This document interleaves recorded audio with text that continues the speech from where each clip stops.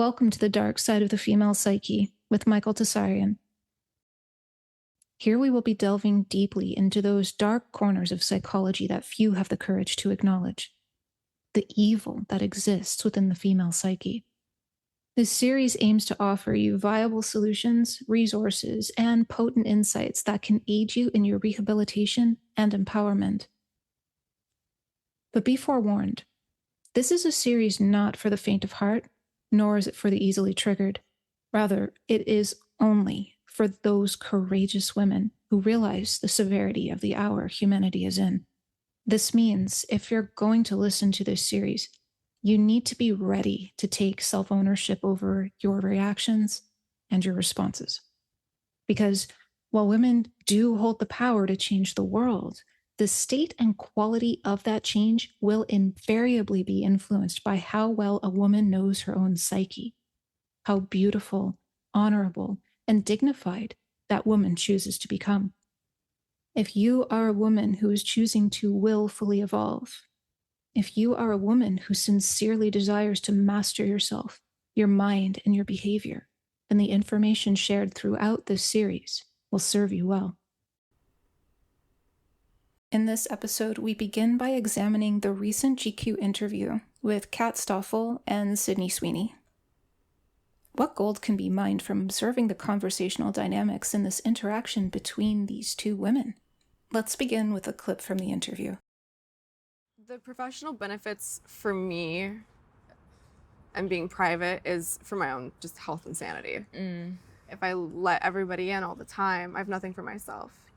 And I am just a 27-year-old, or I'm 28 now. I turned 28 yesterday. Happy birthday. Thank you. But I'm just a 28-year-old woman who's trying to figure it out. And I'm still learning, and I'm going to make mistakes, and I'm going to grow. And I think that it's important to be able to do that without having to say every single thing all the time. That's honestly really impressive. Like, I know who I am. right. I know what I value. I know that I'm a kind person. I know that I love a lot. And I know that I'm just excited to see what happens next. And so I don't really let other people define who I am. I'm happy to hear that. I love secondhand concern for you lately. Thank you. We're sort of talking around this American Eagle ad right now, and maybe we should just talk about it. So, were you surprised by the reaction? I did a jean ad. I mean, the reaction definitely was a surprise, but it was, I love jeans. All I wear are jeans. I'm literally in jeans and a t-shirt like every day of my life. Jeans are uncontroversial. Jeans are awesome. Yeah, I like your jeans. You look great in your jeans. You've come here like really willing to talk about this whole discourse that doesn't have that much to do with you, and I'm grateful for that. Is there something that you want to say about the ad itself? The Sydney Sweeney has great jeans. Do you have... The ad spoke for itself. You think the ad spoke for itself? Okay. Yeah. And the criticism of the content, which was basically that maybe specifically in this political climate, like white people shouldn't joke about genetic superiority. Like that was kind of like the criticism, broadly speaking. And since you are talking about this, I just wanted to give you an opportunity to talk about that specifically. I think that when I have an issue that I want to speak about, people will hear. I'm sure there's more, but that was the main one. I really feel like if people watch the whole interview, though, they'll get like a real crash course in what I would term feminine violence, and the manipulation of the attempts to manipulate other people's wills and thus reality. But my questions, I was just curious, like, let's see here.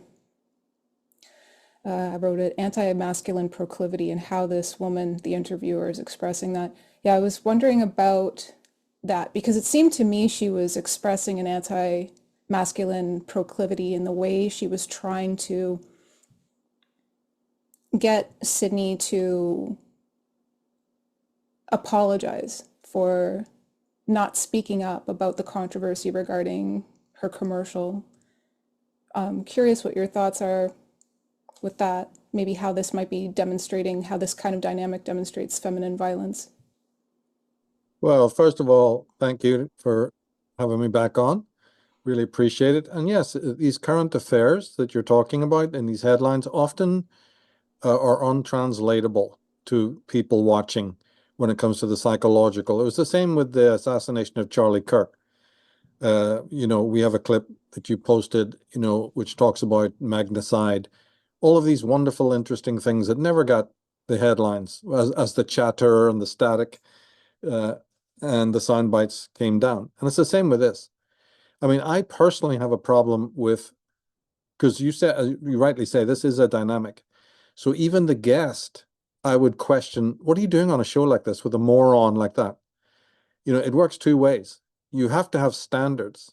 But in today's world where it's all clickbait and it's publicity, Sydney Sweeney obviously hasn't got enough publicity already for what she did. Now she wants to, stir it up with an imbecile. Okay, so then, people like us can come along and rightly comment on it. But even if it's Jordan Peterson or somebody else, what are you even doing? What are you even doing in dialogue with these fruitcakes, these flunkies? So that they're not going to learn. They're not there to learn.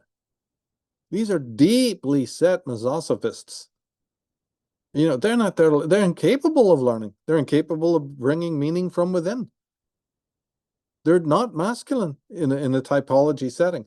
However, getting more down into the question, you see, the non-masculine woman has learned to walk in rhythm in the solar world. There's a certain initiatory process that you kind of learn by osmosis. It's really what it is camouflage. We would know it as that. But remember, all psychologists of credit know that you've got this idealized image, or what Jung called the persona. Every single person has it, regardless of gender, regardless of anything else. A gay person will have it, a lesbian person will have it, a young child will have it. You see, so there's almost an automatic set of settings just by dint of the fact that you're entering into the masculine, ithiphallic world. And so a deeply necrophilous woman or man can also learn enough of the posing to basically, to all intents and purposes, appear to be masculine. It's a window dressing, and it's not that hard to cultivate. And so what you get is the genuine fake. And often, if you're not looking closely, you won't be able to tell it from the genuine article. Oh, it's the same way in other work I've critiqued. It's very difficult to tell the difference between what we would call a sensational type and a truly emotional type, because they're actually, if you're not looking too closely, they can gloss over. You can gloss over. And a sensational type can fool everyone into making you think that they're truly emotional and empathic. This happens all the time. And it's only after a lot of experience that you find out they're not emotional at all, right? They're just sensational. And it's me that I confused the two. It's my naivety. I need to learn more. But now I'm awakened and I have, been able to discern the difference. So in a situation like this, you'd say, well, this host is a woman of standing in the media or whatever, right? And, there she is in her suit, and there she is, with a clipboard, and she's a prominent person on CNN or whatever, right? And so you can actually think that she's just as masculine as, say, the Sydney Sweeney character. Because this is the way, the benefit of the media, the benefit of pixels and distancing and superficiality. So what we have to look for is what we're doing. Start to educate yourself more deeply so that you can discern the difference. And just because somebody has this makeover where they know that in order to function in the solar world, you do need to sort of chameleonize and adopt certain masculine mannerisms. I think a lot of people do this. That charlatanism is not that difficult at the end of the day, especially when there's money involved and success, and an image. But when you scrape beneath the surface of the patina, you soon find out, no. Half these people are on a psychiatrist's couch. Half these people have long histories of depression. Half these people are on medication before they even come on camera. They're not adjusted. You can tell in their voice. You can tell in their posture. You can tell with some of the imbecilic grins and smirks, on their gormless faces. And there are ways to tell. There really are. Mm-hmm. Well, I mean, this is why I wanted to share this particular interview with you, because it was so obvious. I felt her tells and her mannerisms, the faces she was making, the interviewer specifically, because Sydney was, she seemed pretty stoic mostly. But with this interviewer, it was just interesting because I don't know if it's because of where we're going evolutionarily or what, but one of the things that I do see is that people's pathologies are going to be more on display for people who know how to see them. We're going to be seeing it more and more clearly. And with this, it's interesting you just mentioned her, just how people can, what's the word you used, I think, camouflage themselves in the solar world, like as if they belong there, that they're operating under that construct with deference and respect for what it represents. One of the things I noticed is that this interviewer, she went to Brown. So, she's educated. So she probably has had that taste of the solar world. But I guess where I'm going with this is that, we have Sydney Sweeney, and sure, she has a movie coming out. I'm sure she chose this interview, capitalize on the controversy to promote your film. That's my take on it, more or less. But one thing I've noticed is that, at least from my perspective, when I think of natural law and right conduct towards each other, this is just my take on it. But I feel like she has a right to free expression and behavior. So if she wants to do a gene ad the way she did, where it's like Sydney Sweeney has great genes and it has that double entendre, she has every right to do that. So I wonder, for people who are listening, if you might be able to explain why the behavior of the interviewer, why this can be seen as necrophilous to attempt to guilt someone into behaving in ways that suit her agenda, this interviewer, to suit her worldview and expectations. Oh, well, I would push back a bit on that because I don't believe the script was written by this silly interviewer. Fair enough. 9 times out of 10, these people are so gormlessly stupid. See, it's already been recognized by polls, serious polls, that journalists are amongst the most lowest IQ people on the planet. That's already been accepted. I mean, it was a British, poll, a study, but I mean, obviously, the American version is no better than the British. So a lot of this is scripted by some ghostwriters, people from behind the scenes who are much, much, much more intelligent. That's the first thing. Don't fall for that. So what they get is a pretty face, or what they think is a pretty face, or a daughter of some rich scumbag that they know, right? And a son that works the same way. It's all nepotism. They climb up the ladder in Hollywood or in the media, and there they are doing their, they're just bobbleheads doing their thing. But people who write their scripts are far more clever, and their fingers are on the pulse. And I never stop warning the public that they know what I know. They know what I'm trying to teach, right? The arts of manipulation, the arts of psychology.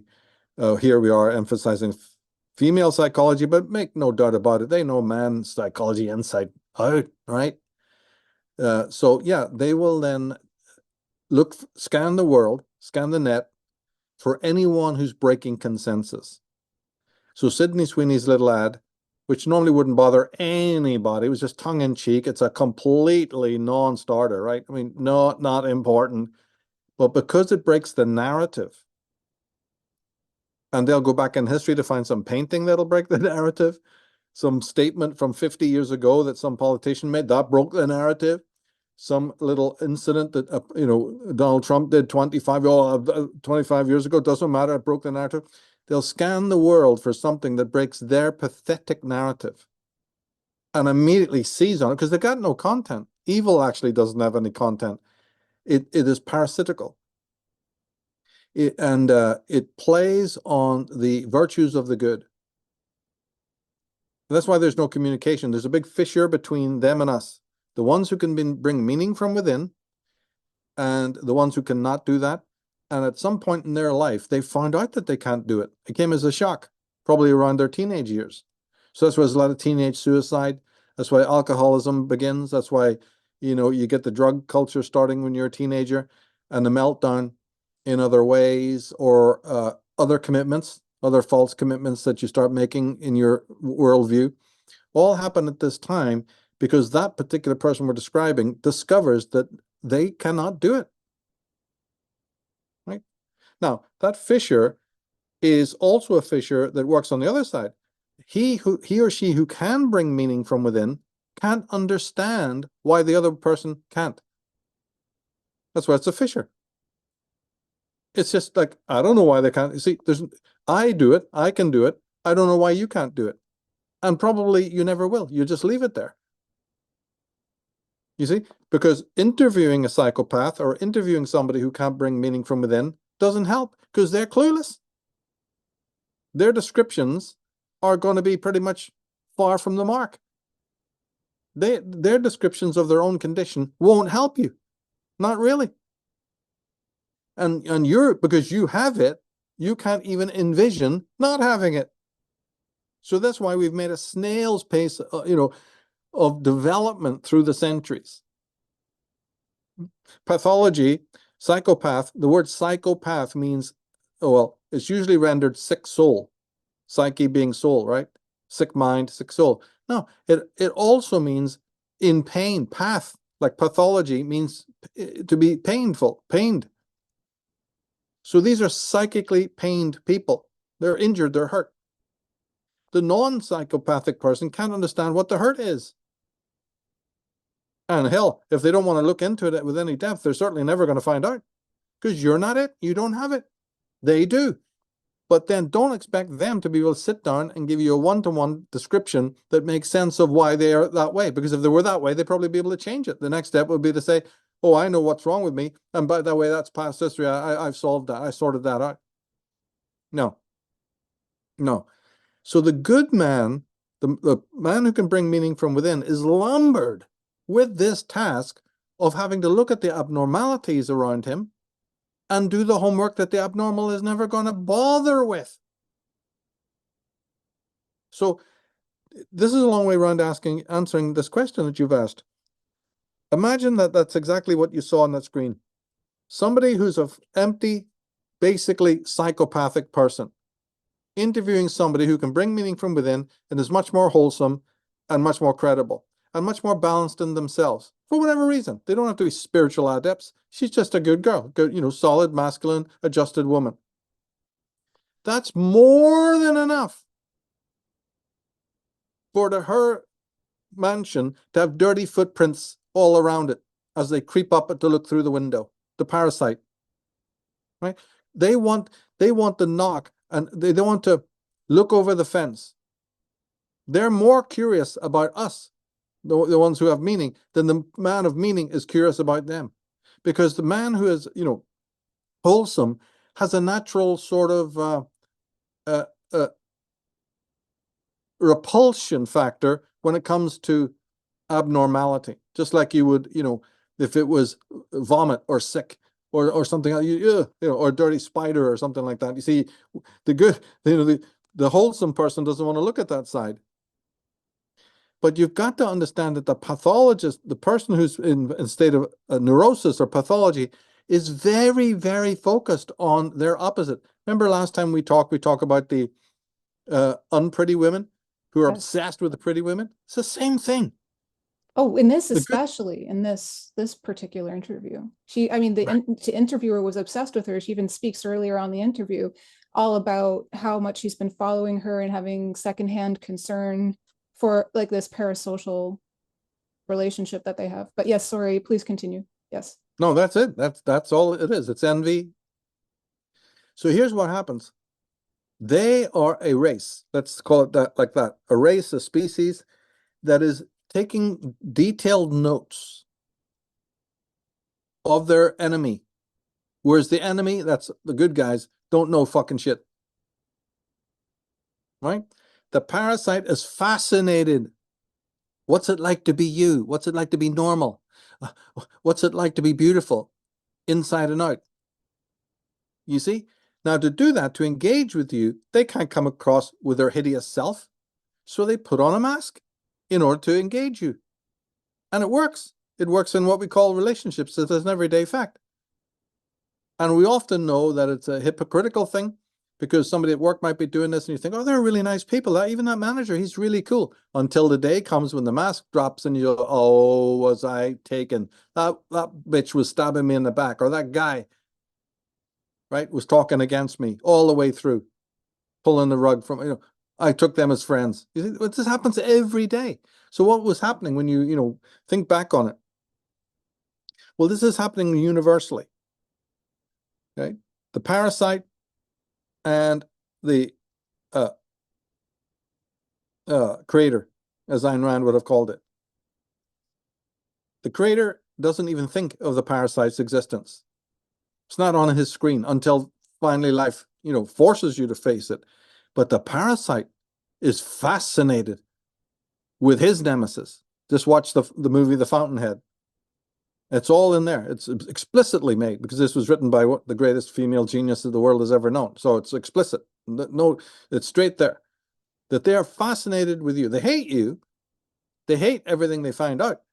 But they're taking meticulous notes. And to do that, they've got to walk in rhythm with you. They've got to adopt a certain persona to fool you, and they want to also dethrone you as well. But that comes later. They know they have to work up to that. It's always on their mind, whether they can do it or not, of course. But mostly before that period comes, they have a certain sick fascination that the other side just doesn't have. Okay, so this is a good point to ask, because you mentioned there's multiple layers here, and that somebody wrote this interview, so maybe there's people who are watching that might be wondering, what do you mean? And I think it's GQ who did the interview. So this is a magazine company that's been around for a while. It's probably owned by a company that was around even longer. Would it be safe to say that there's a deeper agenda here with interviews like this? You alluded to it, but what do you think that agenda would be regarding women in particular? Because before you answer that, one thing I've noticed is that what happened after this, as I've just been looking online, is that now co-stars of the show Euphoria, so Sydney and her co-star, they're feuding online, and it's become this brown beauty versus white beauty narrative that's starting to explode. So I'm wondering, what is the deeper agenda here regarding women with interviews like this? Well, remember, they are wanting to, I would say the deepest agenda is to poison the solar world. We talked about this before. These are necrophilous types. Now, there's not one way of doing that. There's hundreds of ways of doing it. And you can customize those ways. A person living in the black world, a gangsta world, he or she will find their way of doing it. Some nutball in the gay world will find their way of doing it, right? Somebody above the glass ceiling who's there but hates the solar world, they're going to find their way of doing it, right? Even the billionaire class like George Soros, they're doing it. There's no shortage of people who are housed. They're occupants of the solar world, but they do not love it for itself. This is what I've kept saying over and over again. The solar world has a function, right? And we've described exactly what that is, which is a haven or a refuge, from a previous lunar world, which is a deeply set animosity for most people. Not all, but most. And they have found, to their amazement, that there is this edifice called the solar world that after age 7, they can enter. And so there's this titillating, euphoric feeling. It's a honeymoon period in which they go, great, whoa, gee, what happened, right? Everything's light and airy and solar and orderly. And for a while, that becomes, they become infatuated with that. But that would mean that another person who's turned over 2 pages at once thinks that that's true love of the solar world. No, it isn't. You're just using the amenities, just like you would move into a luxury hotel. You got a free ticket. You came off this, oh, I didn't earn this, but I found it out in the street. Or some guy goes, hey, do you want a ticket to the concert or the banquet? Here you go. Here's the ticket to the opera. I don't need it. Oh my God, what fucking brilliant. Yeah. So these occupants are discontents. I call them the happy discontents. Slight pun on Freud's book, last book, Civilization and its Discontents. I just call them the happy discontents. Aldous Huxley called them smiling depressives, right? But these smiling depressives know that when they don their clothes in the morning and go to work, they can't look depressive. The solar world demands that you have a certain standard, right? So they act normal. They shove pills down their throats and they get out there and they, kick ass. But to answer your question, what's actually happening is that they're racking up points because their very noxious presence is contaminating the solar world. And they get a kick out of that. And they love it. They love the graffiti. They love the killings. They love the murder, right? They love the confusion.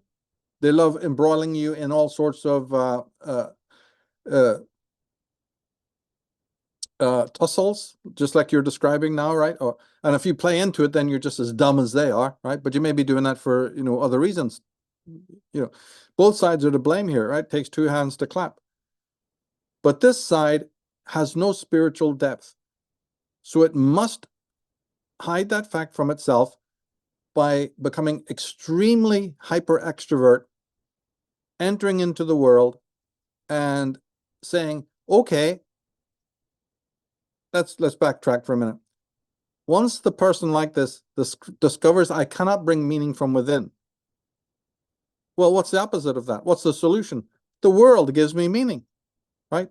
The sage just goes, oh no, I'm not making that the rule of my life. But the psychopath says, there's no other me, there's no other route for me. Okay, then let me dive into that world now. I have just exalted the moment that I understand that it's the world that gives me meaning. Hell, I am not even uber extroverted. I go to the place where I get my meaning. And now I'm real comfortable there. And I'm going to kick around a lot of dust. This is my place. I find my world. I find my place. So Erich Fromm, he said that the sick individual gets involved in the world with all the other sick individuals and is perfectly adjusted and happy. It's artificial happiness, but it'll do him. Whereas the man who's the outsider, he's the one who's truly discontented. He doesn't fit in. He's talking about this. Once you find that the world is the only source of meaning you'll know, you are now wedded. And therefore you're infatuated with everything that happens in that world. Right? The sage doesn't give a shit about it, but you do. You're obsessed with the headlines and all the kerfuffle and all the argy-bargy and all the hoopla, right?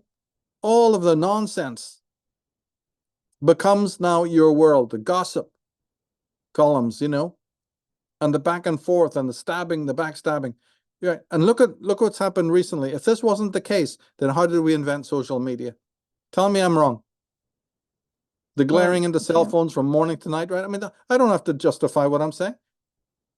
Any sane person with their eyes open knows the plethora of magazines, the unbelievable amount of inane programs and websites. It's all there for the eyes to see if you are, sensible.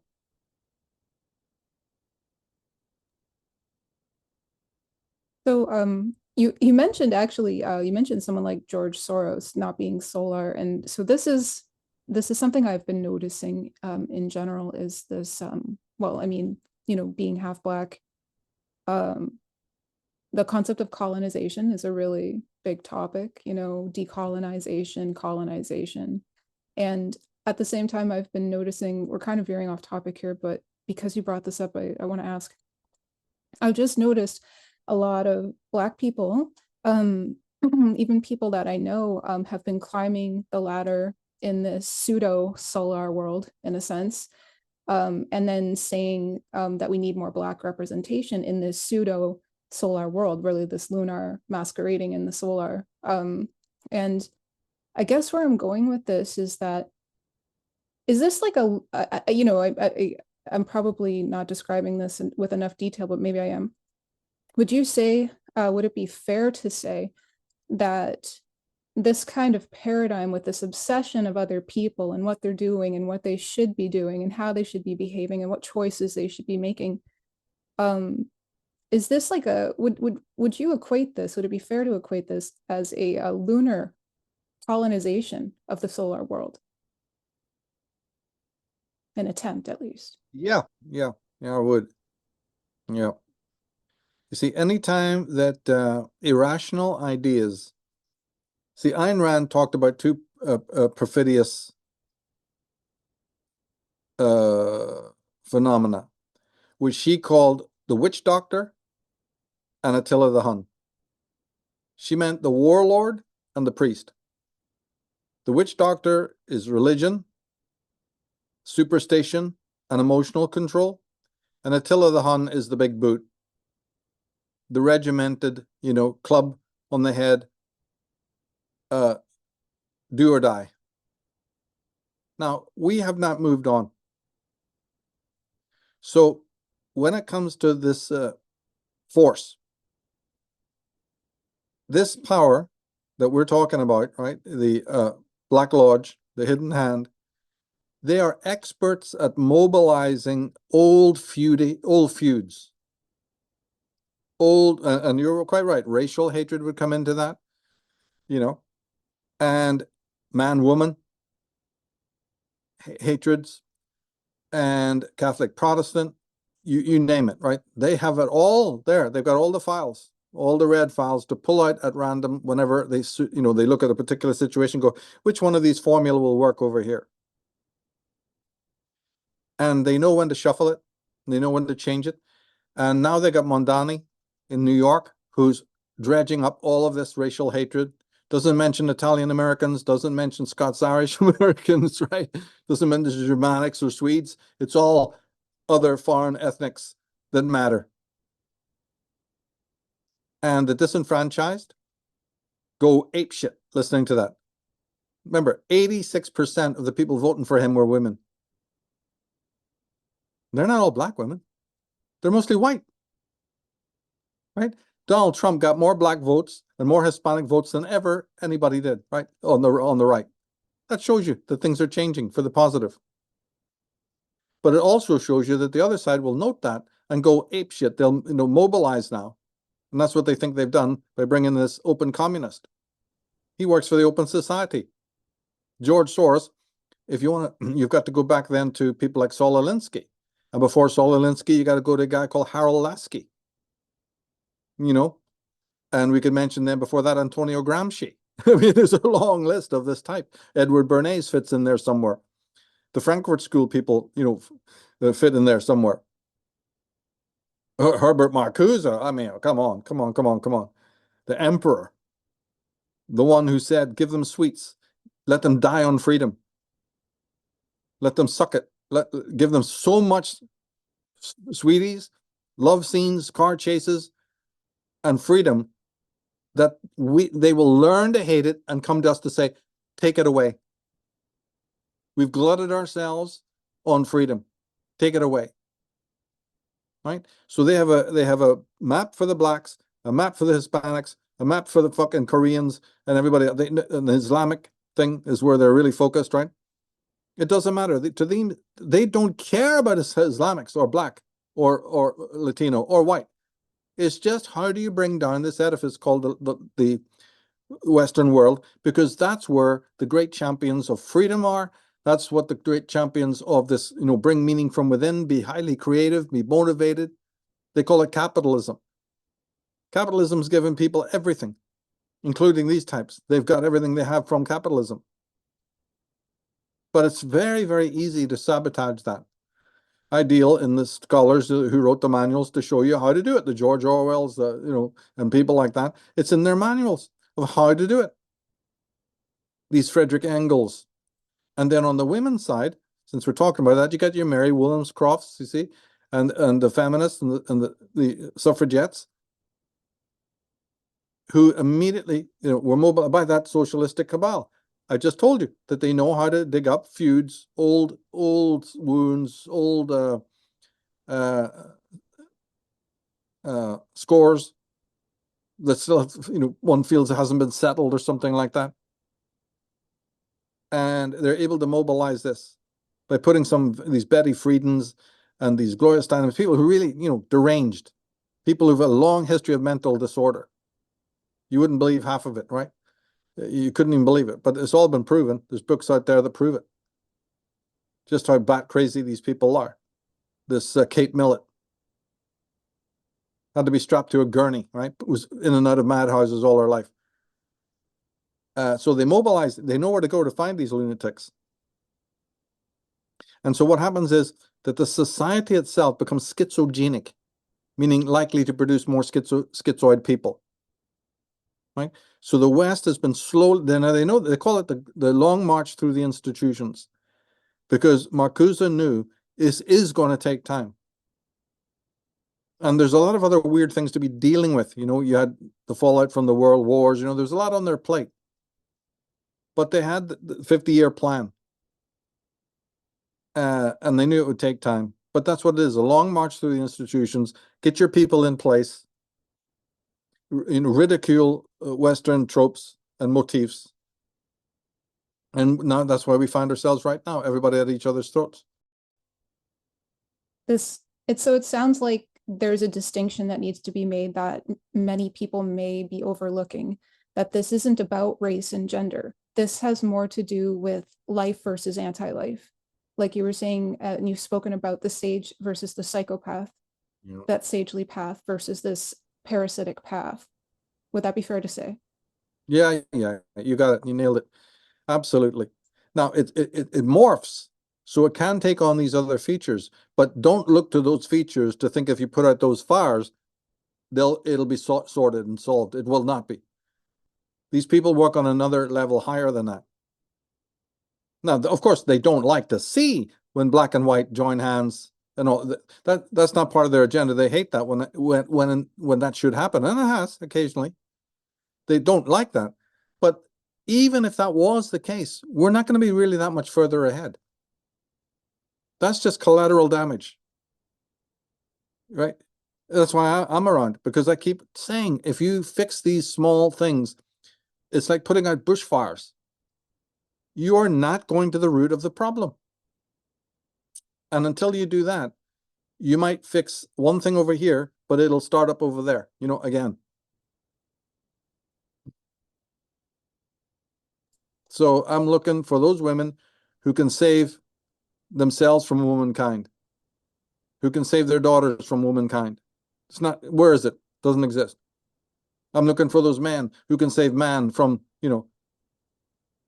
pathological mankind, from toxic masculinity, because it does exist. But we're also looking for people who can go to the next step and find out why these things exist, which I think is really fascinating.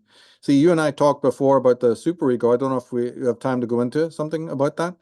Might be helpful. I would love that. That would be very, very useful. Yes, please.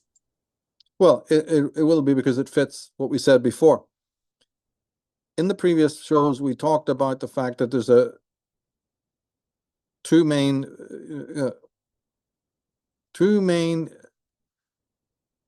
what's the word? Principles, capacities, functions. Two main functions of the superego. There's more, but we only isolated two. One is the suppression. No, let's do it the other way. One is the installation of the imagos of the parents, and then they're magnified. Right? And because they're magnified, this causes a very great difficulty in fighting the parent, because it's not just the parent outside, there's this inflated version inside the head, whose voice booms in your consciousness, Then the second function is as we said, remember, to suppress the rage, the legitimate emotion. You brought all this up and we had to answer it. The legitimate, as opposed to neurotic, anxiety and legitimate emotions, the superego must keep those under wraps to create a status quo so that you don't become delinquent, don't fight back, and you obey not just the physical parent, but the installed parent in the head and that voice. So these are two functions. But there's another function that we didn't talk about. And it only really comes to bear in terms of the malignancy we were talking about. And so for a daughter or son, it wouldn't matter. But let's see. All right. We spoke about the fact that the superego offers you also a contract. Because the power of the internal imago has been magnified, it's a pretty powerful power. Much more powerful than the physical power of the parent. It's rooted in the power of the parent, the physical stereotypical parent, but it's magnified. We said the imago is magnified. So the power that they wield is also magnified. So what happens is you start to identify with that power. We spoke about this, right? It's called identification with the object of your hate. And this becomes a major dynamic after the function of the superego that can dominate your life forever. And this is all Freudian and quasi-Freudian. So Freud wouldn't want to worry about any other types of therapy. He'd just be focused on this and we're good to go. That's where it would be, right? Heavy focus on what I just said. But we did talk about this censoring and suppression of the hatred towards the offending party. And then to further ameliorate it, mollify it, pacify it, there's now this weird identification with the object of the hate going, well, if I had a measure of the power of the tyrant, I mean, it was really big. That club is pretty admirable. Whoa, those boots, that, pushed me around and it's inflated in my head. This is a powerful thing. Maybe I want a piece of that. And we're off to the races. We become parodies of the very parents that we're supposed to hate. But let's shift gears and look at another third function of the superego. In the noxious situation for those 6 to 7 years, we didn't receive love. Remember, we have this other moral center, the conscience, and we have the superego. So the superego says,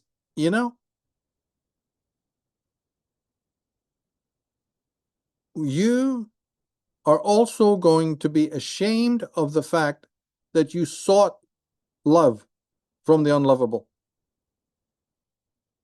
All of this horror was brought upon you because you sought care, comfort, empathy, understanding and love from these people. What a mistake you made. And look how it hurt you. So what we do is we start becoming antithetical to the very needs we have for love. We start to curse out our own natural reaching out, our natural instinct, and our natural needs for care, concern, love, and nurture.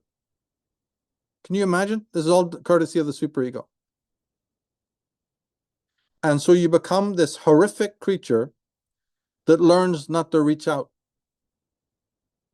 And that every time you do, you blame yourself and beat yourself up for the very natural needs that every human being, should understand. So again, instead of blaming the parents who didn't give you that nurture, didn't give you these satisfactions, you start to say, what the hell, I am to blame for wanting it. And this is the beginning of the necrophilus pattern. I would imagine the suppression on top of that would make it even more so. Suppression of your inherent values and your inherent conscience, like being able to listen to those and hear those without the superego distorting what they're trying to communicate. Right. Now, but you see, here's the weird thing. You don't get away with it.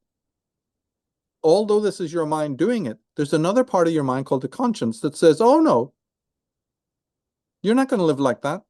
and floods you with shame for living the inauthentic life, for making these contracts. So you immediately, remember we said that neurosis is defined as a tension within of irreconcilable moods or something, you know, in the emotional body or whatever. This is what we're talking about. You are clashing. You're a duad.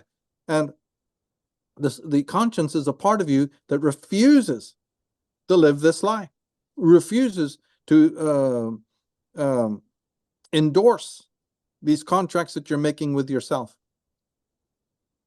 You have it within. It's the moral center. I have a program called the Moral Universe.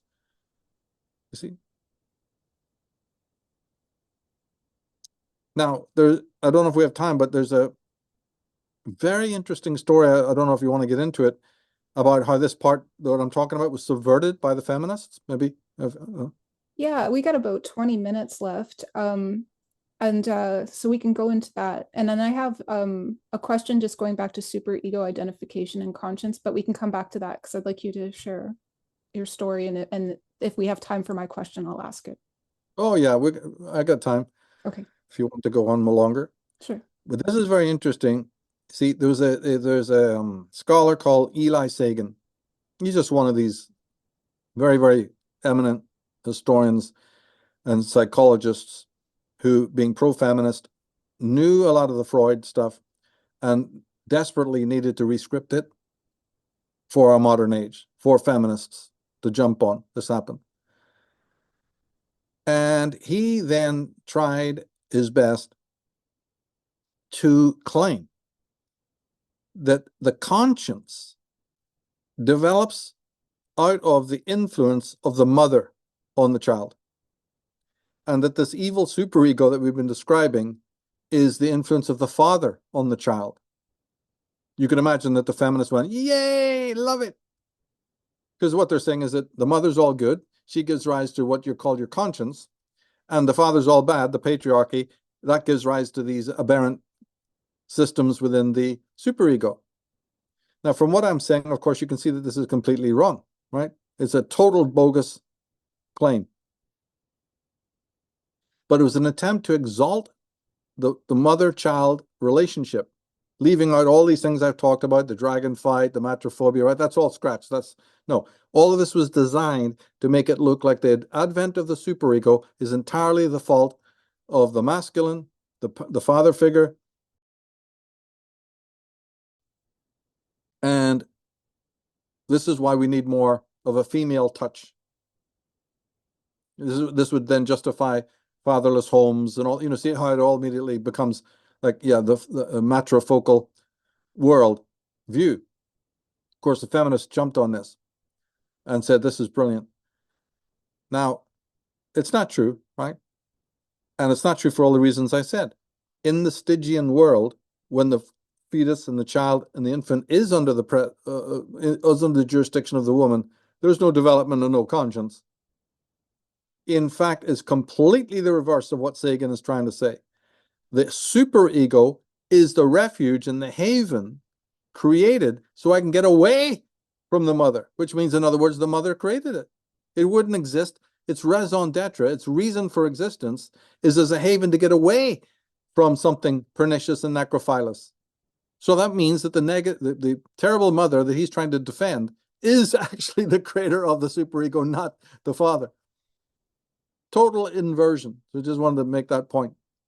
And this is what you have to deal with, in this exaltation of the feminine. And now, of course, it changes slightly if you have a good mother, good parents, then, we can have a different argument.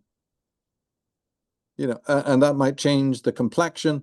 But, even at the end of the day, the solar world and the superego may sort of still be somewhat the same. Because why is this? Because a goodly mother is going to prepare her son and daughter to enter into the solar world in a natural, easy, and efficient way, without neurosis, without stimulating. Remember, we talked about the ancestral trauma of ancient times?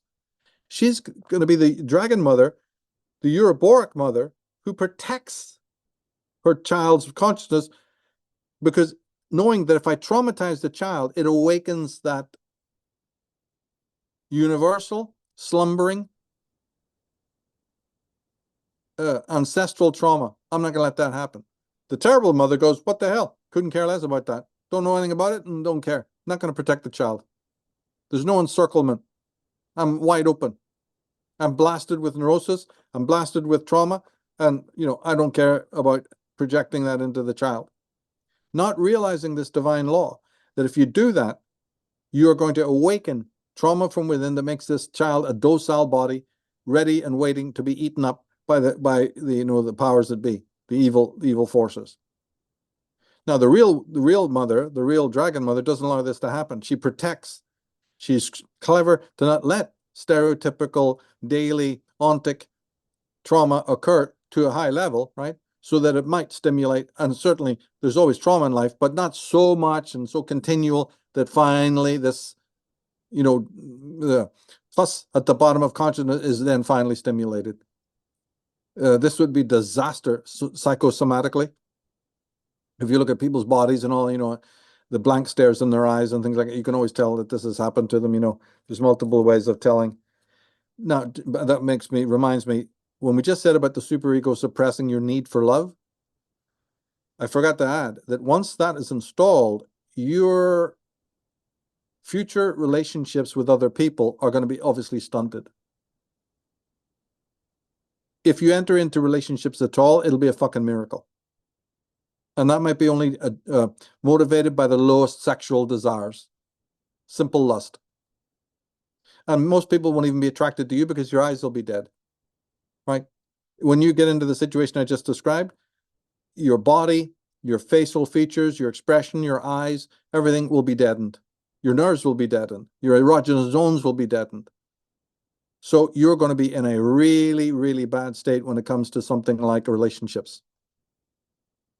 Right? So that when the anorexia kicks in and the bulimia kicks in and other things that are born out of this self-hate, it's all based in this because you feel isolated. You have low self-esteem. You lack touch. Your body is screaming out, you see, for comfort, for touch. You didn't get it in the past. And you feel desperately guilty should you reach out to another. But see, the other person senses that. I'm afraid you're in a world where, decent people will sense that you're like that. And they won't find you attractive. And then when you get into that dynamic, all you do is sit in your kitchen and gorge. Or smoke too much, or, binge on the Doritos or something like that. Because you're isolated. You're cut off. You can't reach out. And sometimes even when relationship is, coming to your way, you'll find some way of sabotaging it. And by the way, that's just the beginning stages. If you're like this kind of person, oh my God, you're going to have nothing but physical and sexual problems until you work this all out. It will follow you through your whole of your youth and all through your life until you even forget the reason why. And you just, then you start getting into MGTOW, blaming women. Oh, they're fucking bitches. They're fucking this. And the girls are going, those men are fucking dead. They're so this, and they're not opening doors for me, and they're not earning money for me. I charge $100 for a date, and all the stuff that we know, which is them, at loggerheads, beating the crap out of everybody. 85% of women are frigid anyway, sexually frigid. But to cover that up, then they have a whole industry of cosmetics and whatever malarkey to cover that up and pretend men are no better off.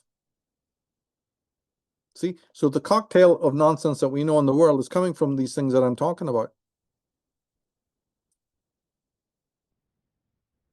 So clearly there's a need to really look at oneself because, this isn't going to be something that the outer world, at least the human culture at present, is not going to be able to help with because it's become so pathologized.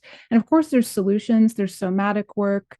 Obviously, there's going to be self-inquiry, understanding psychology beyond the conventions. I mean, I was just speaking to someone I know who recently went to a therapy session, and they were lamenting just how unseen they felt because they were following their own Siddhartha road, but the therapist had agendas about how this person should behave, how they should explore their sexuality, what's appropriate exploration of these things. I know this person's chart, so it was pretty obvious that the therapist had no idea what they were talking about. They were just trying to force their agenda onto the person. So the reason why I'm bringing this up is that, just for anyone who's listening, it's not to dismiss therapy outright, but what I'm saying is that No one can know yourself better than yourself, and you can learn a lot. You don't want to be in a cave or be an island. You want to interact with the world. This gives you feedback so that you can know yourself. It gives you feedback. Um, but not to diverge into that topic too much. It's just, we're talking about all this stuff and there are solutions, everyone. I just want to be clear about that.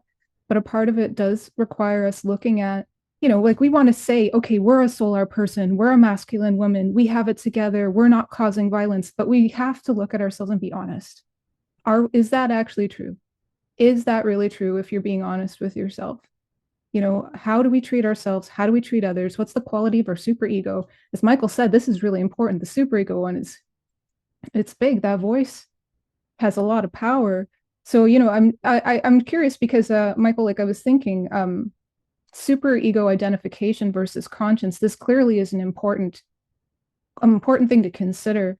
How we can lose connection, not just on, like you were saying, we can become numb because of this desire for touch, that like real touch, real connection that's not being met. I imagine this also correlates to a loss of inherent values. So loss of conscience, loss of connection, loss of connection and awareness of our inherent values. Clearly there's a need to rest free from this. Otherwise, we may just be running on unconscious conditioning and perpetuate this into, the annihilation of the species, not to be catastrophic, but we are on a transhumanist track right now. So I Well, wonder what your thoughts are. you're passing it on to your children. If you have beaten yourself up for needing love, but then you're breeding children, which you're doing in super quick time, and you're a woman or a man, how do you think your touch relates to that child? How do you think you're going to awaken its erogenous zones, its biophilic tendencies, when you yourself are shriveled up, beating yourself up for natural tendencies? That's become normal to you, meaning you're unsane, you're deeply toxic and unsane. Your relationship with yourself has broken down. How can you not have a relationship with somebody else? How can you dare breed when you're like this? How can you dare teach a class full of young kids? We are in a super fucking mess. Now, remember, how do we get to this? See, last time we also talked about that when you identify with the great power of the Medusan mother, that works it out on the physical level when a pretty girl, well, first of all, this happens with any girl, remember we said, is promised the boon of the seduction power, the power of seduction, transferred by mother to daughter. We know this today when you see these pageants where 5-year-old girls are dressed up in bikinis and shaking their hips and twerking, or when slightly older girls, are all made up thinking that they're Britney Spears and doing their karaoke numbers, and all the men are ogling them and stuff like that. The mothers are there applauding. The mothers are there doing it, starting it up. That's what I'm talking about. But it even happens in some more subtle ways. But then becomes a dynamic where if the girl is not that pretty, there's a breakdown in that, right? And then comes a seething envy of the girls that are pretty, who the other girl thinks, oh, you've got the power that I was promised, but you got it and I didn't. And so we're into this other world of female hatred one to the other. And this can have an extraordinary, right? This is all born out of matrophobia. This is all born out of the dragon fight. And when you see these pop stars like Britney Spears, Beyonce, Lady Gaga, and all the rest of them, you've seen, haven't you, these monstrous images of them with the large talons and the blood dripping down and the vampire teeth, right? And the sort of the weird cat eyes that they have, and then some big giant python wrapped around them. You've seen these over and over again. They look like vampires. And what's it all about? That's all dragon fight. They're like that because that image of the girl with the vampire teeth and the talons is the representation that they're in the dragon fight with their mother, represented by the great serpent. She's the serpent queen, right? Who's crushed their will and has made them into feral animals in the fight. It's like two wild animals. Men have it as well. Women have it. Also would be when you see this image of the punks or the rockers, where they have torn jeans torn shirts, torn jackets, you know, the ones with tears in the knees. What is that? What's that meant to symbolize? That I've been in a fight with a rabid animal, like a wolf. It's torn my clothes. I've just come out of a scrap. I'm torn to pieces, and I won the fight. So I wear these torn clothes. People don't even realize why they're doing all of this, right? And the piercings and a lot of other things. I've been in the dragon fight. It comes out in these fashion statements. The wild animal, though, right? It's nothing to do with anything satanic, like some people think. These stupid Christians think that those images are satanic. They have no idea of the psychology. No. These women who are the pop icons are funded by very, very, very high-level intelligent sorcerers. Well, it's satanic to that degree then, let me at least admit that. But these are psychologically empowered people who create the images, create the photography, create the pop icons and the pop art, you know, and the ad copy, because they know that they're seducing women today, you know, to implicitly mention this dragon fight. So the image will carry, you know, and it'll appeal to the limbic parts of the brain of the young girl. So there's that as well. There's a lot of cash in proving what I'm talking about when you look out into the ad copy of the world, once you know how to decode it properly. I mean, there are other atavistic reasons why those images exist, but they're basically the daughter fighting the mother.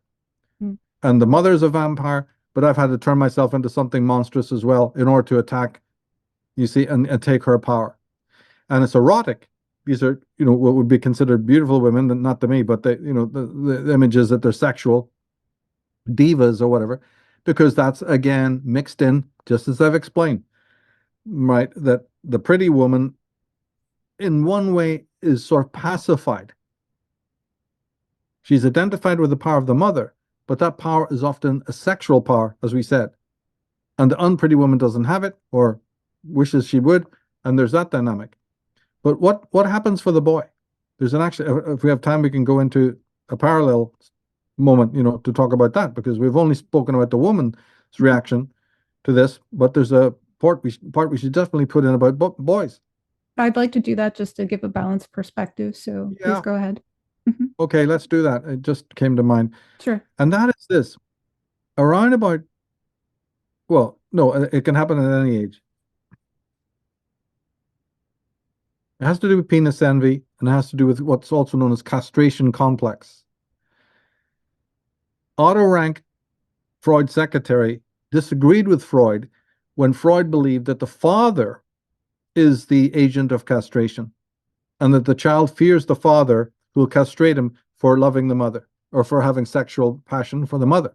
That was the traditional Freudian approach. And Otto Rank, who has worked very closely with Freud and was his secretary, he started to disagree with this, and he reversed it. And he said that the real castrator is the mother, but she uses the male threat to the child that they will do the castrating. Yeah, wait until your father gets home. Remember that? That's it. That's it. So he straightened this out, that the mother is wily enough to wield the power of the patriarch against the frightened, shriveled up child, but actually it's really her that works the fear. But then something very bizarre happens. The child grows up for many years to be petrified by this fear. And one day happens to see the female form naked. The mother, a nanny, the maid, or whatever, right? A sister. And finds that they have the missing phallus, the missing member. Or maybe sees, you know, blood in the bath. You know, in the Victorian days, right? Woman takes a bath, then they're throwing out the water, and he sees the blood. And in his infantile mind, he thinks, oh my God, she's been castrated. And that can only happen when you've done something really, really, really wrong. So the evil mother has set up a situation, the castrating mother has set up a dynamic that can only go this way. Because when the young child, especially the boy, sees that he's got the penis and she doesn't, he now has a major revelation to say, I thought you were the Medusan power, wielding the bloody scimitar, wielding the big club. And now I find out that there's some mysterious power higher than you that castrated you for some evil deed or sin that you committed. Bring it forth now. Where is that power? And of course, the only place that it could be is the father, the male world. And so the child goes, whoa, I am superior to these women. I'm 10 times stronger than you, Ma. And I took you for the strong one, and you're not. You are foul. You are degenerate. You are hypocritical. Right? So the entrance of that child into the solar world is more violent than we spoke of before. It's a very, very passionate, euphoric entrance, because now it's animated by the fact that the power that tried to scare me is actually all smoke and mirrors.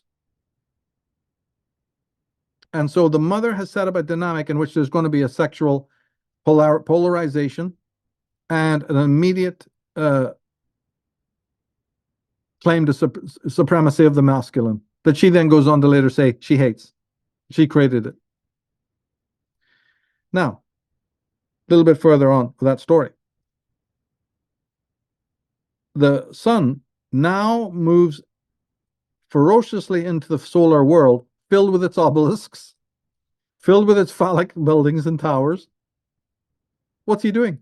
He's saying, I've seized the scimitar from her unworthy hands. I've got it now. And I'm going to get my fucking revenge on all of those Oedipal stages where she wielded the big club.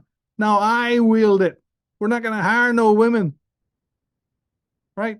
They're going to be made into second-class citizens. And all the stuff we know is coming about from this exact dynamic I'm talking about now. And the mother created it. It all goes back to the terrible mother.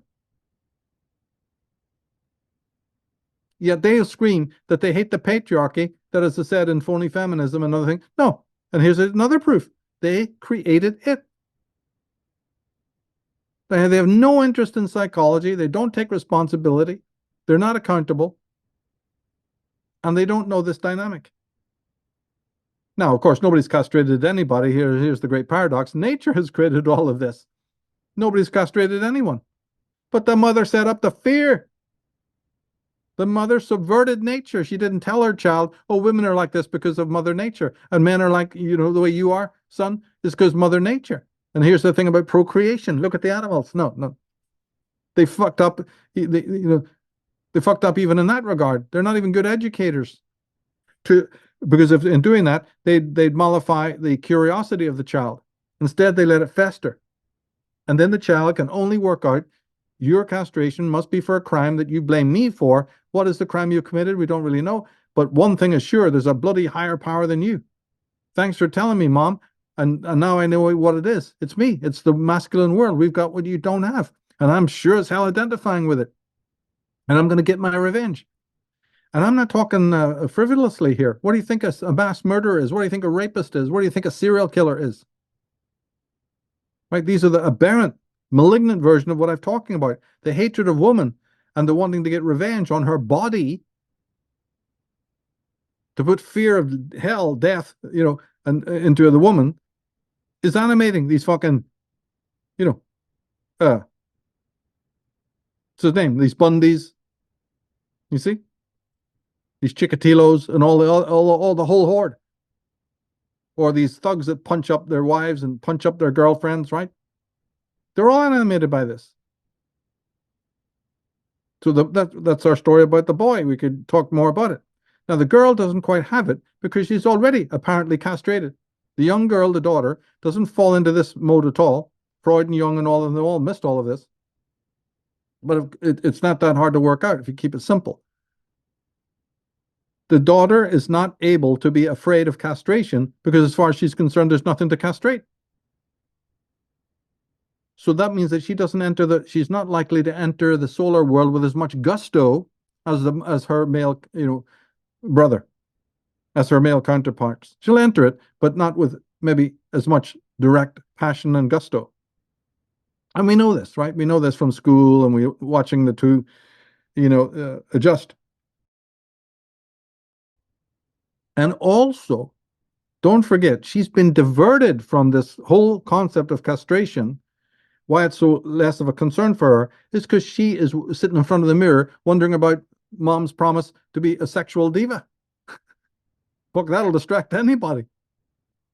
Castration be damned. It's not, it doesn't worry me. I'm intoxicated by the idea of this. And look at, and if you thought you were immune to it, just turn on the TV. Because if there's one thing that the media, we started talking about that, does best, is seduce women.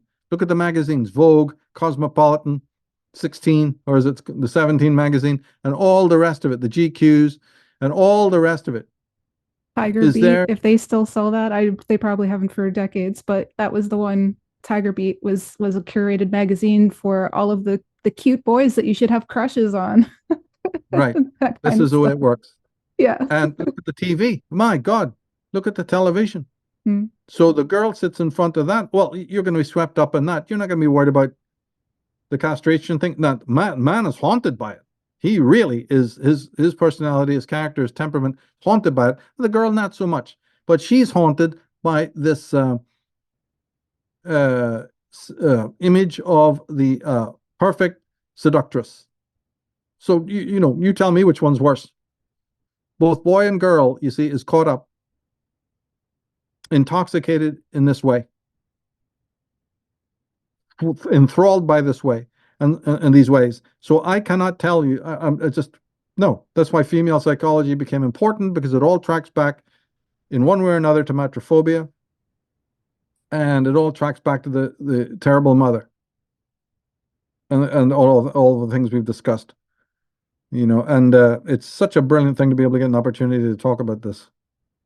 Yeah, I really appreciate it as well. I find the topic absolutely fascinating, obviously being a woman, but I'm a woman who, I don't know what it was, because everything basically was set up for me to become exactly the pathologized version you described, and I was all the way up till my Saturn return. And luckily, although it was a very harrowing experience, it snapped me the fuck out of it enough to realize that I'm the one causing the problems here. I need to fix what's going on inside of me. I'm the one that is making choices that are causing damage to myself and other people. So I have it's interesting because I have everything you've described, been there, done that, deeply immersed in it, been around a lot of people. It wasn't just my family, but it was also community. Very, like, it was almost like I was thrown in that cesspit to learn about it. So I actually find it really fascinating because when you're in it, you don't know you're in it. But when you're out of it, you can see how what's the word I'm looking for? Just how absorbed you can get in that way of life and think that it's normal and that it's okay to treat people terribly, to try to force your will on others, to be so, as I like to put it, violent in a feminine sense. Because even what you've described, female psychology, because biologically we're women, we exemplify that psychology just by nature of us being biologically female. But we can also see, and how this female psychology works through men too in malignant ways. So of course, as you were talking about Jung before, we have the healthy anima and the healthy animus, but we can see how the unhealthy anima, the unhealthy feminine, creates a pathologized malignant animus in men and in women. But the reason why for this podcast and this whole channel, why we're focusing on women, is because by nature of the fact that we are the ones that birth life, we're the ones that gestate life, we're the ones that have the most impact on the formation of the psyche at the earliest stages, from the uterus, the point of conception, to those early developmental years. We have a responsibility to ourselves, whether we decide to be parents or not. On some level, we're going to be mothers to this world. What kind of mothers do we want to be? These are the questions that are worth asking. And it's okay if you're not perfect. Nobody is. We're learning about this stuff. And this is why I'm so thankful that Michael is open to talking about this stuff and sharing it with us all. Because despite it being uncomfortable, we can learn a lot. And I really think at the hour we're in, we need to be open to learning. We need to be open to being humble and just, seeing where we can improve without, and again, like, the last thing I just want to say is, it's not about being cruel to ourselves. It's not about being unkind to ourselves. That's that malignant superego. It's about learning how to be kind, but also grounded in the reality of the situation we're in. We have a mess to clean up, and that's just how it is. Yeah, 100%. And the answers are there. Yeah. Now, see, we talked earlier about L.A. Sagan doing his best to try and invert the Freudian picture.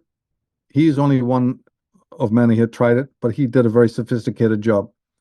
And he being feminized, decided that the conscience is due to the feminine principle, of motherhood that you're talking about. And he did so without any evidence.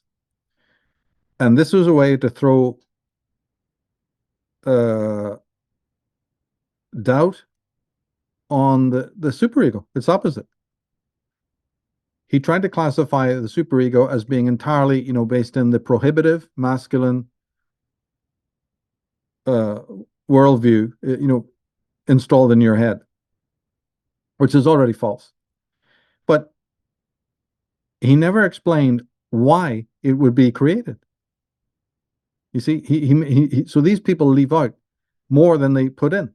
And you can get swept up like I did when I read the book first in, say, 91. I was really impressed. And I thought, oh, he's nailed it. He's got it. Love it. But it was only when I studied more that I started to realize how sinister this is. So what this is down to the point you just made. There's a hidden hand at work, which makes the job of restoration and healing much harder because they're there like tricksters, laying traps and putting out falsehoods. And it's designed for women to read. These were books that feminists would pick up, and it would contaminate them. In the 1960s and through the 70s, another phenomenon happened if we switched to Jung, Carl Jung. He had a wonderful schemata that spoke about contrasexuality, which means that there is an inner masculine within a woman that he called the animus, after the Latin soul, but masculine soul. And in the male, the soul of a man is a feminine, I call anima, like animated soul. And no sooner did he write this and describe it than world feminism blatantly and systematically refuted it. Not many people know this. And they rejected it. Without any proof, without any real argument, they just said, no, Jung is wrong. There is no such phenomena as contrasexuality. And the woman's soul is not masculine. It is feminine.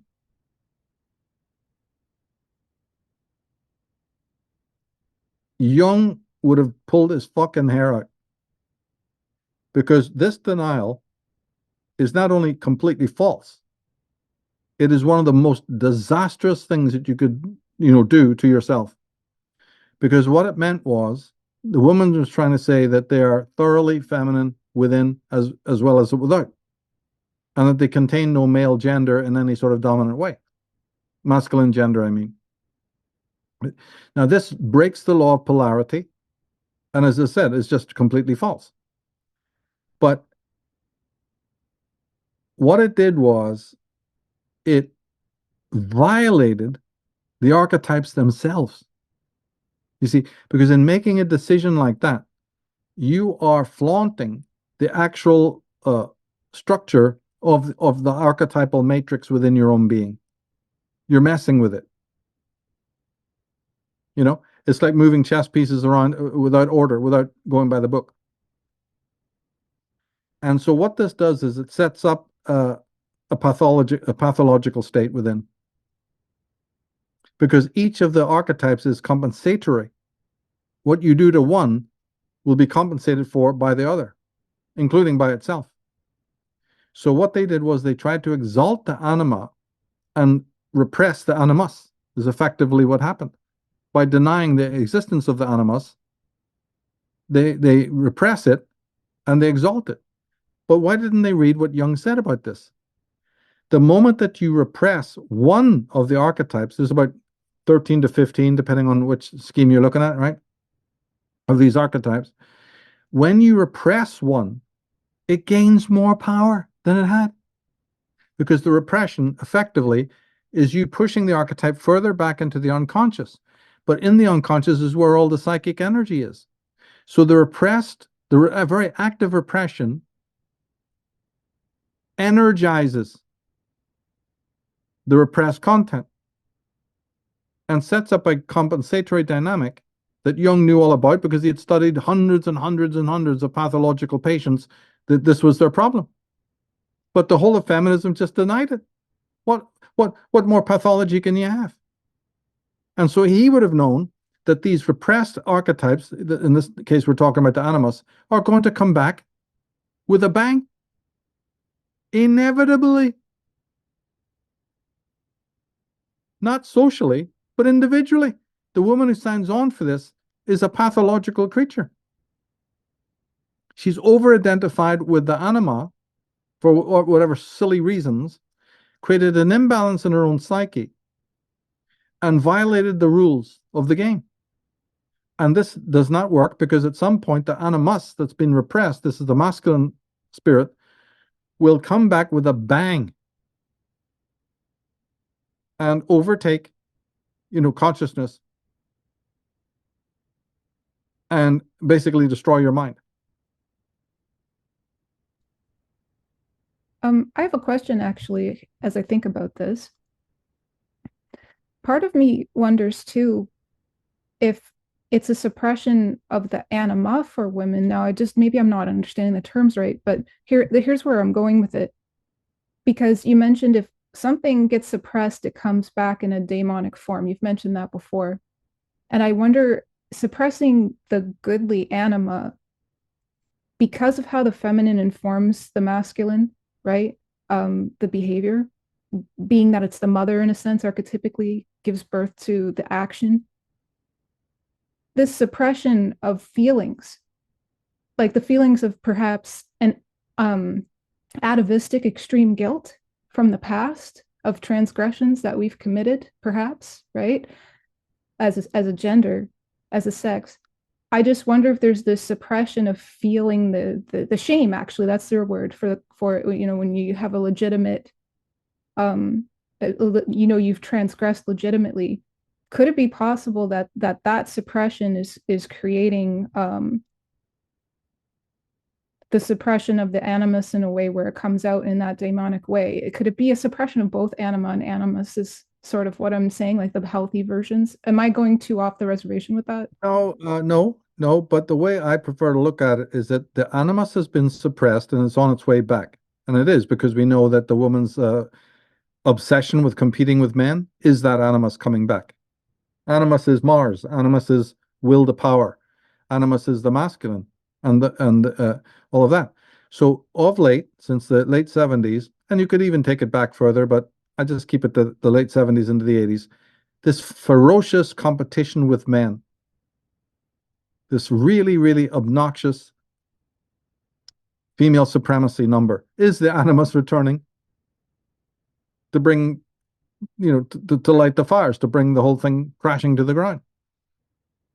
The anarchic running around, feral, screaming through megaphones, breaking things, smashing things, is all the animus come back in a demonic form. But to answer your question, yes, it does violate the anima. Not that the anima is being suppressed, but the anima plays a role in trying to restore balance. But the thing is, once you have suppressed one archetype, the others come to its rescue. And since anima and animus go together, the anima is coming back in a demonic form as well. It can do nothing but. It can't remain in its pure, numinous, divine state when its counterpart, the animus, has been kicked in the balls and fucking thrown into the shadow realm. So she turns dark. And what she does is starts to possess their gormless minds with images, because all the archetypes only work through projecting images. But the animal is particularly good at this. This is like the number one image generator. So all the images that is been thrown up in the minds of one of these fruitcakes, females, are put there by their own anima.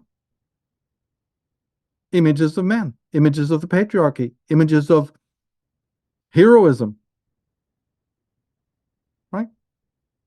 They don't realize that they're anima possessed.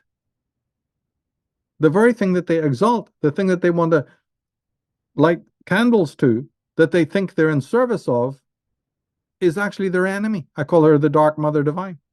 I got an article, on dragonmother.org about that. We've even done a podcast on it, on Unslaved, a very good one. So here we have the greatest paradox of all. The feminine that they claim to exalt, that they think that they're dying for, that they think they're exalting, is the one sending the images to them to do precisely those things. But it's leading them to the edge of the precipice. It's leading them to apocalypse.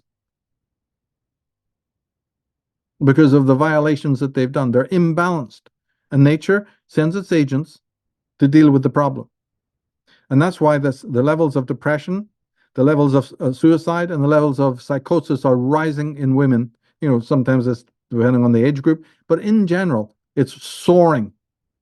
And what's soaring more is that women in their later years can't even find a mate. No man wants to even be seen with these people. They've no friends. They've no male friends. They can't get a date. Even though there's more internet websites than ever for dating, they're proving hopeless. Go and check it out. You'll find out I'm right. And even if there are relationships, they're dead. They're painfully short-lived. So the woman has been shooting themselves in the foot. Because remember, the woman is meant to be the custodian. This is why it's so incredible. They are meant to be the custodians of the very things that I'm talking about. Woman is meant to protect woman from woman. But they are not doing it. Woman is meant to protect her children from this gynocracy. They're not doing it. They're meant to be teaching admiration and respect for men. They're not doing it. Because they've gutted themselves of it. They wanted the clan up. For atavistic reasons or whatever. They wanted the clan up. They wanted female supremacy. Then now they got it. But it's poisoning the world, and it's also poisoning them. They're filling the world full of beta men who are chivalric, who, don't progress into the solar world for very long, and in the end retreat back to say, I'm in your service. I installed you in my superego. Your power is almighty. I spent some time dicking around in the masculine world, but, at the end of the day, I prefer your power. It's the earliest. It's the most comfortable. So I yield myself to you. I kneel at your feet. I'm Mordred. Right? So come on, Morgana Le Fay, my mother. I will work in your service. I'll overthrow the real king. Just suit me up and let's go. And so they're completely enthralled by the female will, the necrophilous female will. And more and more and more of them are being birthed. And the more and more girls are being birthed, they're taught to spit poison at men, or to be again, this contract we've talked about. They quickly get enraptured, younger and younger, into sexual deviancy. We don't even know what's next. Mondani wants to legalize prostitution. Tomorrow it'll be that children are allowed to be married and be sexual. If we have Islam coming in, you'll soon have that. The more and more that happens, the more and more you'll have the infantile sexuality off the charts, all endorsed. We're seconds away from that. We're seconds away from, the unpretty women taking revenge on the prettier women. Right out of the blue sky. What the hell is this now? I'm telling you, it's on the cards. I wouldn't be surprised. I really wouldn't. For me, it's already there beneath the surface, mobilized by TikTok and all these other things. This might actually be a good time to bring it back to the interview that we initially were talking about with Sydney Sweeney, that GQ interview. Now, regardless of what the agenda was with that interview, at least my takeaway was what we could, at least one layer of how we could interpret this is a masculine woman standing firm in her beliefs. We could see it archetypically at the least, whether that was the actual intention or not. The reason why I bring this up is that this is what's important for us to do, to stand in our individuality, to be the individual we came here to be, to learn how to exemplify that in a way of to have a moral code, to have character, to demonstrate what it is to have a properly integrated animus and anima, and all of the other archetypes. It's gonna vary, I'm sure. I'm not well versed in Jung or more astrology and Hermeticism, but my point is that like what we can take away from this, as far as solutions, because I'd like to end this on solutions, just because we've talked about some heavy stuff, so it'd be nice to just part the clouds a little bit and show the sunlight of possibility here, because I won't lie, we're in a dire situation. We don't have a ton of time to get our shit together as a species, but it doesn't mean that all is lost. What we can do is get very honest with ourselves about how are we using our power, how are we using our masculinity. Is it in a way that is creating and engendering life? Is it encouraging people? Is it actually empowering them? Or is there some sort of covert control that we're addicted to? This is a question to ask ourselves as women, because if we're being honest with ourselves, we may not like the answer we get back. And if that's true, this is actually a good thing, because it means there's something we can do, and it's in ourselves, so we have the power to do it. We can change, we can improve, we can be honest with ourselves, reconnect to our own conscience and our inherent values, so that we can bring forth the best quality version of ourselves, which is the best contribution I feel that any woman can make in this world, to stand strong in your masculinity, but also your femininity in a healthy, biophilous way. So I guess we'll end it there, because we've gone through quite a bit of topics actually, and I think that this is all really good stuff that can be helpful to people. Before I do that though, was there anything else you'd like to say, Michael, before we end? Well, yeah, see, it's not hopeless. But women do have to take accountability. Women have got to realize that they're losing something very precious. They've got to not allow the demonic anima to fill their minds full of this utopian vision of female supremacy. They have images of it. And it's magnified by the hysterical crowds that they get into. They all are possessed by these images of women in supremacy, women, over men. And you've got to realize where those are coming from. You've got to do your homework. Then you've got to seek out those women who are not anima possessed. Those women who don't just occupy the solar world for its perks, temporary perks, but who love it for itself. Now, the number one person to go to for that, we've already mentioned before, is Ayn Rand. She's not possessed. She's not a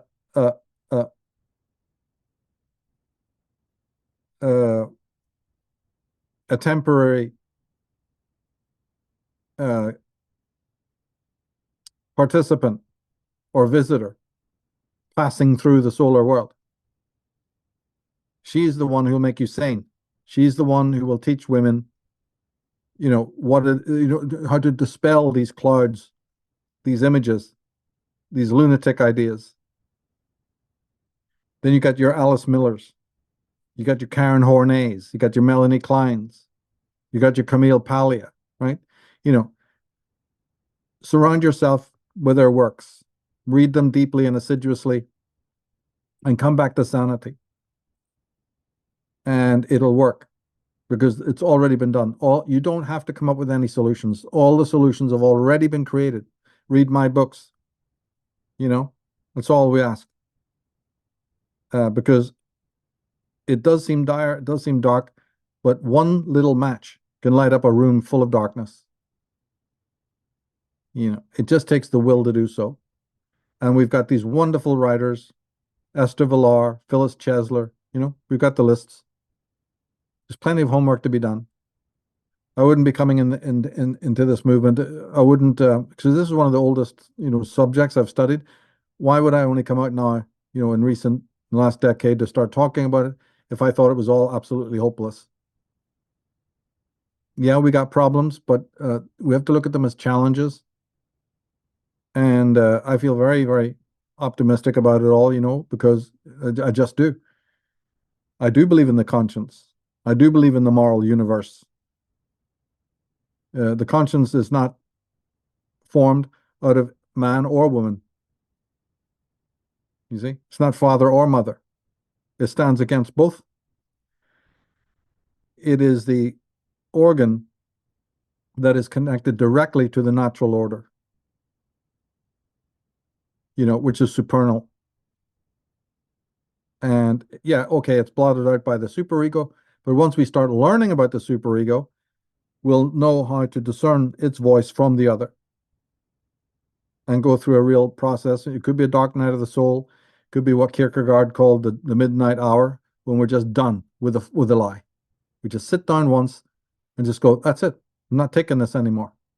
I'm going to have zero tolerance for the lie. I want to change. I'm not satisfied just sunning myself in the solar world, being infatuated with all of the sensations and recreations. I know that's shallow and hollow. I'm not going to poison my mind with hatred of the opposite sex or envy, or spite or resentment. I see what's happening there. I can see what it's doing to the world. I can see what's growing out of it. I can see how big brothers grin. I can see how big pharma just loves this, right? I don't want to support these tyrannies anymore. And like you said, what is biophilia? I want to return to that. Well, the conscience is your guide back to the biophilic, back to the umwelt. See, umwelt, or nature, is the mirror of the self. Society is the mirror of the ego, or more correctly, superego. So once you stay in the collective and the political milieu, all that will happen is that the ego will be much more active and in control.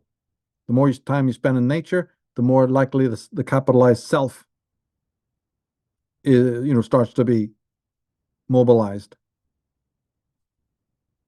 And there's more that, a lot more can be said about the role of nature here. And that's why it's pushed away. That's why our urban environments are so absolutely vile. You see? And we've got to observe ourselves without judgment. Just observe. Just observe what we do every day. Just observe what the gossip is. Just observe the nonsense and see it as nonsense. And keep very close in your daily life to the thoughts and the writings of the great ones. And that will help to nurture your consciousness. Nathaniel Branden and the great minds, Wilhelm Reich, Alexander Lowen, all the people that I refer to over and over again, the great healers, the great wisdom keepers, right? And this will reinforce you, and it will sustain you as you go through this journey of transformation. Because it's not coming from Harvard, right? These big signs over the door and these idiotic professors who are loathsome, who want us to worship at their feet, grovel at their feet, these materialist reductionists, who have monopolized knowledge. But then I say, just like these Eli Sagans, they're leading you on a merry dance, trying to reduce things that are actually spiritually rooted, like the conscience, and try to tell you, no, it's in the hands of men and women. What lies? See, they're dark forces. They want to cut your cord to the moral universe, to the natural order. They want to exalt this necrophilous feminine. But the good feminine, the good woman, doesn't allow this to happen. She's onto it. She is aware. She's reinforced. She got psychic hygiene. And she won't allow this. She won't allow her children to be polluted by it. So she is a defender. She's Sekhmet. right? She's the great lioness that says, oh no, not on my watch, you won't. I am the Sphinx. I am, the guardian of culture, of society. And that will awaken the more positive anima and the more positive animus. You need both. And then those forces will then send you, those archetypes generate images that are much, much more wholesome. You see, just like it was for Ayn Rand and women like that. They're motivated by very healthy imagos and archetypes. And that's the kind of women that we need in the world, in politics. Yeah, it's sad we don't have it now, but there's always sometimes things have to get dark. Sometimes things have to get really, really bad, before they get better. And people get exhausted with the lie and start to, question and ask for a new, really, really deeply in their being, call out for a new direction. And then, I'm a deep believer that when you do sincerely ask for that direction, it comes. It really does, it's just about being receptive. There's forces there that want to guide, that want to help us. Thank you, Michael. I completely agree with you. All is not lost. This will just be my last word on the matter. I know this all too well. Like I said, my Saturn return, I got rocked. And thank goodness, because I really needed to get some sense knocked into me. But when I was at my lowest, at the very lowest, I actually called out for help. I was like, come on, like, I can't do this. Like, I need help. Something has to guide me. And it wasn't long after that I was put on this path. And just the synchronicities that occurred to help me get more clear and objective. And it's still a work in progress, but man, the amount of progress is, I didn't think it was possible prior to that it could be this possible. So what Michael's saying, it is possible. If you want this, you can have it. It will take work. It will be uncomfortable, but it will also be worth it. So thank you, Michael. We'll leave it there, I guess, and maybe we can talk about more again next time. For sure. For sure, we'll definitely do that. And just remember, don't beat yourself up for desiring love, even if it turned out to be from the unlovable. Those needs were completely correct and authentic. Don't fault yourself for those very natural inclinations and aspirations, because that's what the beast thrives on. Thrives on you beating yourself up and mortifying your own self and freezing and condemning yourself. Once you're doing that, the rest of tyranny comes easy.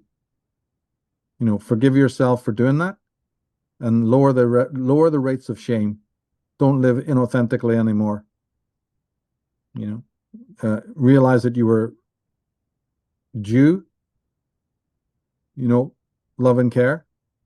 And if you didn't get it, then you blame those who didn't give it to you. Don't crush the desire for it in yourself. That makes you just as necrophilous. Then I don't want to see you anywhere near the political world telling me you're going to fix things. Every time you reach out your hand, pearls will turn to weeds. And that brings us to the end of this episode. We're just getting started, so be sure to subscribe and follow the Willfully Evolving Woman YouTube channel. More social media accounts may be added, so if you're interested in that, bookmark our website, willfullyevolvingwoman.com. And if you would like to delve into more of Michael's work, you can find that at dragonmother.org, femalepsychology.org, and of course, michaeltsarion.com. You'll also do well to check out the Unslaved podcast, hosted by Michael and David Whitehead. You'll find the Unslaved podcast at unslaved.com, as well as their Substack. And you can find all of the links in the description for this video. That's all for now. So on behalf of Michael and myself, thank you for listening. See you next time.